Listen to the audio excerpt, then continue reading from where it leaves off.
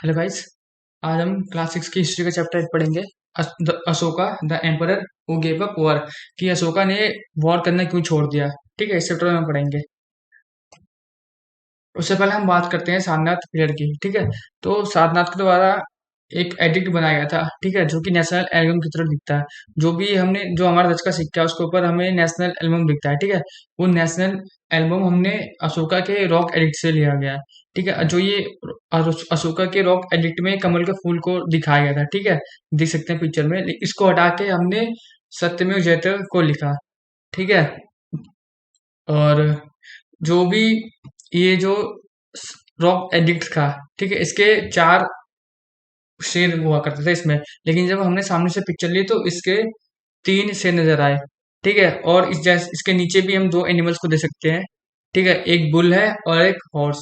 और जो इसके गोल सा दिख रहा है। ठीक है, इसके 24 तिलियां हैं। ठीक है, इसमें 24 तिलियां होती है। और जो लॉयन कैपिटल थी उस ठीक है, the lion capital original place on the top. तो लॉयन को प्लेस किया गया टॉप पे।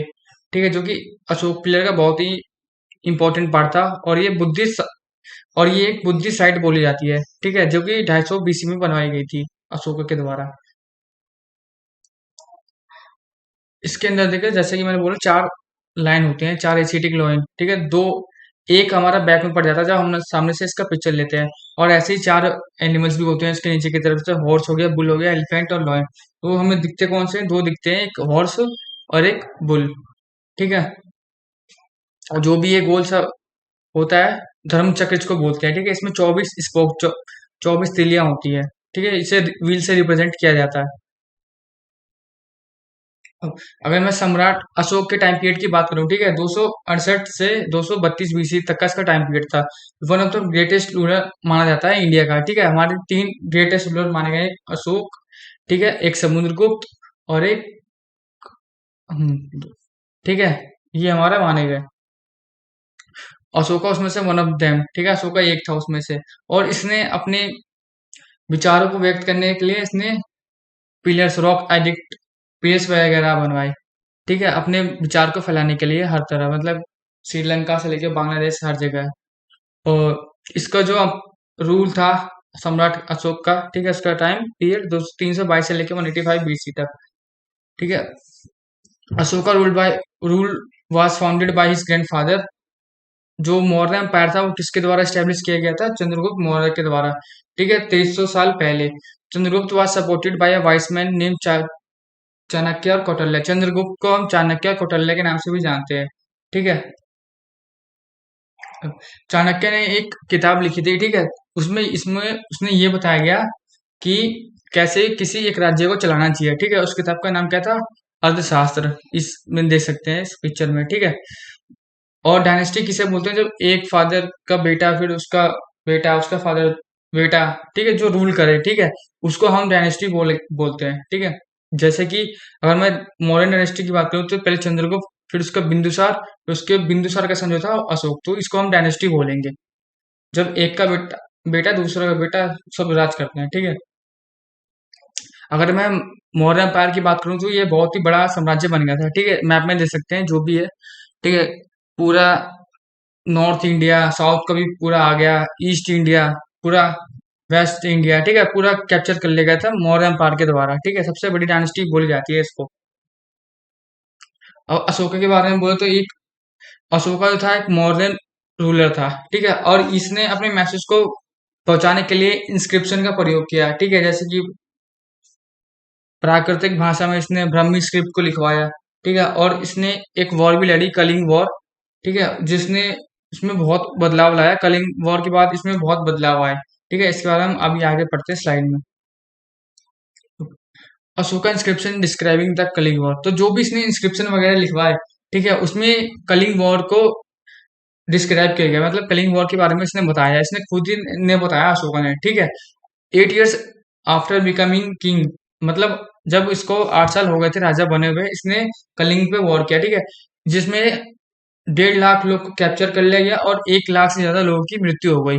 ठीक है, और फिर ज्यादातर इसके बाद इसे बहुत ही ज्यादा दुख हुआ। ठीक है, और इसने बोला मैं एवर इंडिपेंडेंट लैंड, जब भी हम किसी इंडिपेंडेंट लैंड को एक्वायर करने की कोशिश करते हैं तो उसमें बहुत लोग मारे जाते हैं, लाखों लोग, ठीक है। बहुत से लोगों को बंदी बना लिया जाता है। ब्राह्मण और मॉन्क्स भी बहुत ज्यादा मारे जाते हैं, ठीक है। जो उनके रिलेटिव्स वगैरह हैं उनमें भी बहुत ज्यादा दुख वगैरह, इन सबको देख के उसके मन में बहुत ज्यादा दुखी हुआ और उसने ठान लिया कि वो लड़ाई नहीं करेगा और वो धर्म को प्रमोट करेगा, ठीक है। उसने यही बोला, I believe that winning people over through dharma is much better than conquering them force, कि धर्म के बल पे हमें किसी को जीतना चाहिए, लोगों को जीतना चाहिए, ना कि हम किसी को फोर्स करें, ठीक है। अगर मैं धर्म को अगर डिस्क्राइब करूं कि धर्म ये नहीं होता कि एक हिंदू हो गया, मुस्लिम हो गया, सिख हो गया, ये कोई धर्म नहीं है, ये सब संप्रदाय है। धर्म वो चीज होती है जो कि यूनिवर्सल हो। अगर जब मैं बात करूं आग की, आग का जो यूनिवर्सल नेचर है उसको जलाना है, ठीक है। अगर मैं आइस की बात करूँ तो उसको ठंडा करना है, तो ये धर्म हुआ, ठीक है। और अगर मैं ह्यूमंस की बात करूँ तो ह्यूमैनिटी लोगों का धर्म होना चाहिए, ठीक है। वो तो लोगों के द्वारा मत बना दिया गया कि धर्म ये हिंदू मुस्लिम सिखाई ये सब होता है, ठीक है। धर्म एक प्राकृतिक वर्ड है, ठीक है, और जिसका संस्कृत धर्म धर्म होता है, ठीक है। धर्म, वट वाज अशोक धर्म, अशोक का क्या धर्म था, ठीक है। अशोक जो था वो वर्शिप मतलब पूजा में विश्वास नहीं करता था भगवान के, ठीक है, और ये सेक्रीफाइस वगैरह परफॉर्म नहीं करता था, ठीक है। और उसने ये भी बोला कि एक फादर को हक होना चाहिए कि वो अपने बच्चे को पढ़ाए, ठीक है, उसकी ड्यूटी वगैरह बताए।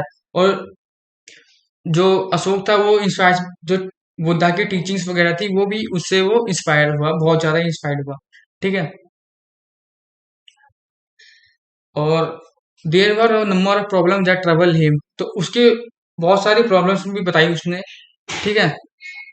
और जैसे कि एनिमल्स का सेक्रीफाइस करना, मतलब डिफरेंस रिलीजन की वजह से कॉन्फ्लिक्ट बहुत ज्यादा होता है, ठीक है। जैसे हिंदू मुसलमान हो गया, हमने देखा है अपनी सोसाइटी में कि रिलीजन की वजह से बहुत ज्यादा कॉन्फ्लिक्ट हो जाता है। एनिमल्स का सेक्रीफाइस करना गलत, इसलिए इवन सर्वेंट विल ट्रीटेड, जो भी दास और नौकरी के बीच व्यवहार किया जाता है, ठीक है, कि जो भी सर्वेंट वगैरह होते हैं, सर्वेंट वगैरह, उनको हम नीचे मानते हैं, ठीक है, उनके भेदभाव बहुत ज्यादा करते हैं, ठीक है। और कि इनके अलावा परिवार में और पड़ोसियों के बीच झगड़े, और हमने ये भी देखा है कि नीबर्स में भी बहुत ज्यादा झगड़े होते हैं, ठीक है। तो अशोका ने ये सब प्रॉब्लम्स को देखा और उसने अपने धर्म माना कि हम मुझे इस प्रॉब्लम्स को सॉल्व करना चाहिए, जो भी प्रॉब्लम्स है सोसाइटी में, ठीक है। He appointed official known as dhamma mahatma who went from place to teaching about dhamma, तो उसने एक अपॉइंट किया ऑफिशियल को धम्म महात्मा, जिसने ल- लोगों को जाके मतलब एक जगह से दूसरी जगह के लोगों को धर्म के बारे में बताया है, ठीक है, प्रमोट किया इसने अशोका के विचारों को। और अशोका जो अपना मैसेज था वो रॉक्स और पिलर के द्वारा किसी को भी दिया करता था, ठीक है। उसने रॉक और पिलर्स वगैरह बनवाए उसने, ठीक है। अगर मैं मेजर रॉक एडिक्ट की बात करूँ तो एक धम्म महात्मा जो कि first time 12th year of reign, ठीक है, ये फोटो में देख सकते हैं। और अशोका ने बहुत सारे मैसेजेस वगैरह ये भेजा, ठीक है, जैसे कि अब धर्म को प्रमोट करने के लिए सीरिया हो गया, इजिप्ट हो गया, ग्रीस, श्रीलंका, इस हर जगह पे भेजा अपने धर्म को प्रमोट करने के लिए, ठीक है। इसने रोड्स बनाए, कुएं बनाए, रेस्ट वगैरह हाउस बनाए, ठीक है। और इसने मेडिकल ट्रीटमेंट के लिए हॉस्पिटल्स वगैरह सबका इंतजाम किया है, ठीक है। ये कुछ कॉइन्स वगैरह जो भी रॉक एडिक्ट वगैरह जो कि अशोक के द्वारा बनाए गए, ठीक है।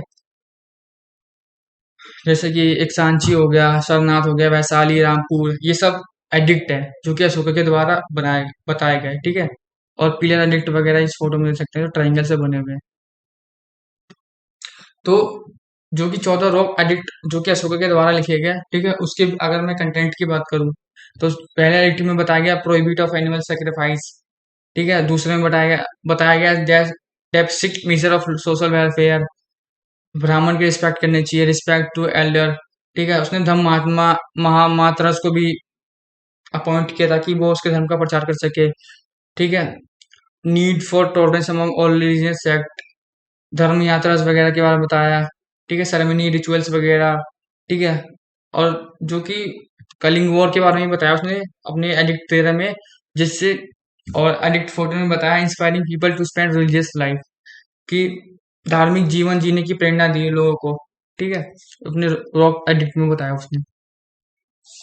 अब अशोका की मृत्यु की बात करें तो 232 बीसी में उसके मरने के बाद, ठीक है, मतलब 40 साल रूल करने के बाद जो अंपायर था उसको दो पार्ट में डिवाइड कर दिया गया, एक वेस्टर्न और एक ईस्टर्न। जो वेस्टर्न पार्ट था वो उसके ग्रैंडसन द्वारा दशरथ के द्वारा जो वेस्टर्न पार्ट था वो सांप्रतिक के द्वारा गवर्न करने लगा, मतलब चलाया जाने लगा।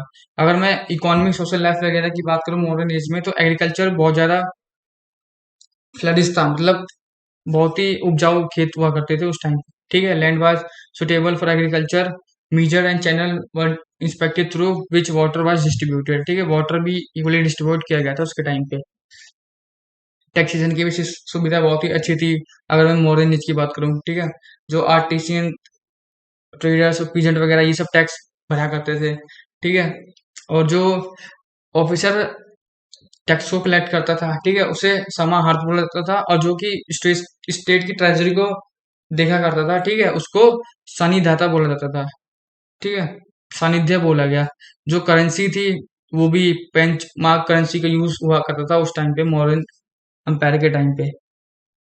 सोशल लाइफ भी बहुत ज्यादा अच्छी थी। ठीक है, और मैगजीनीज ने मेंशन किया, ठीक है, अपनी इंडिका में कि 7 उसमें कास्ट में बांट दिया गया था मॉडर्न एज के टाइम पे, फिलोसोफर, सोल्जर्स, ब्राह्मण, क्राफ्टमैन, हर्ट्समैन, फार्मर, मैजिस्ट्रेट। ठीक है, और वैसे तो 4 उसमें बांटा गया था कास्ट में शुरू के टाइम पे, लेकिन मॉडर्न में 7 उसमें बांटा गया कास्ट में। आर्क एंड आर्किटेक्चर भी बहुत ज्यादा अच्छा था। ठीक है, उसने बहुत सारे रॉक एडिक्ट पिलर्स वगैरह बनवाए। ठीक है, और स्तूपास जो भी था, स्तूपास भी उसने बनाया। ठीक है, the most famous stupa as the Bharhut and Sanchi. तो जो 2 मोस्ट फेमस स्तूपास थे वो सांची और भारूटा है। ठीक है, अब मैं एडमिनिस्ट्रेशन की बात करूँ, एडमिनिस्ट्रेशन भी बहुत ही अच्छा था। ठीक है, लेवल वाइज सबको डिवाइड किया गया था, काउंसिल ऑफ मिनिस्टर वगैरह अपॉइंट किए गए थे। और युवराज को उस टाइम पे क्राउन प्रिंस बोला जाता था, पुरोहित को चीफ प्रीस्ट, सेनापति को कमांडर इन चीफ, और जो अमात्य थे वो सिविल सर्वेंट्स वगैरह हुआ करते थे। रेवेन्यू डिपार्टमेंट भी बहुत से था। सानिध्यत उसको सानिध्यता बोला जाता था। चीफ ट्रेजरी को समाहर्त बोला जाता था, जो कि रेवेन्यू को कलेक्ट करा करता था। पुलिस डिपार्टमेंट भी थी। ठीक है, और हेडक्वार्टर्स भी थे, पुलिस हेडक्वार्टर्स वगैरह, उनके सेंटर भी थे। अगर मैं डेक्लाइन की बात करूं, तो decline of modern history was rather rapid after that of. तो अशोका के बाद जो मॉडर्न एम्पायर का गिरना स्टार्ट हो गया था, ठीक है, डेक्लाइन होना चालू हो गया था। और रिलीजियस पॉलिसी भी बहुत अच्छी थी, मतलब अशोका ने कभी किसी को फोर्स नहीं किया कि तुम ये धर्म अडॉप्ट करो, इसको नहीं। ठीक है, वो हर एक धर्म की रिस्पेक्ट किया करता था। और ब्राह्मण ज्यादा उससे नाराज हुआ करते थे, मतलब ब्राह्मण की बनती नहीं थी उससे। ठीक है, क्योंकि वो ब्राह्मण्स को गिफ्ट वगैरह नहीं दिया करता था। ह्यूज एक्सपेंडिचर ऑन आर्मी, और उसके जो ज्यादातर एक्सपेंडिचर जो था या तो सेना के लिए करता था। ठीक है, moreover Ashoka during his reign made large grant for Buddhist monk, और बुद्धिस्ट वगैरह को, मॉन्क वगैरह को उनको ज्यादा वो दक्षिणा वगैरह दिया करता था। Modern king who succeed Ashoka face the financial crunch. Neglect of north main frontier, और अशोका का ये था कि वो नॉर्थ वेस्ट फ्रंटियर जो भी जगह हुआ करते थे, नॉर्थ ईस्ट वेस्ट की जो साउथ थी, वहां पे कम ध्यान दिया करता था। दैट्स वाई कि जो ग्रीक वगैरह थे उन्होंने इसी बात का फायदा उठाया, और वो उन्होंने नॉर्थ वेस्ट साइड से इंडिया पे हमला कर दिया। ठीक है, अब मॉडर्न एज की सिग्निफिकेंस, मतलब महत्व क्या है मॉडर्न एज की। A new era was open in Indian history after the civil war. तो बोला जाता है न्यू एरा का एस्टेब्लिशमेंट हुआ जब मॉडर्न अंपायर आया। ठीक है, थैंक यू।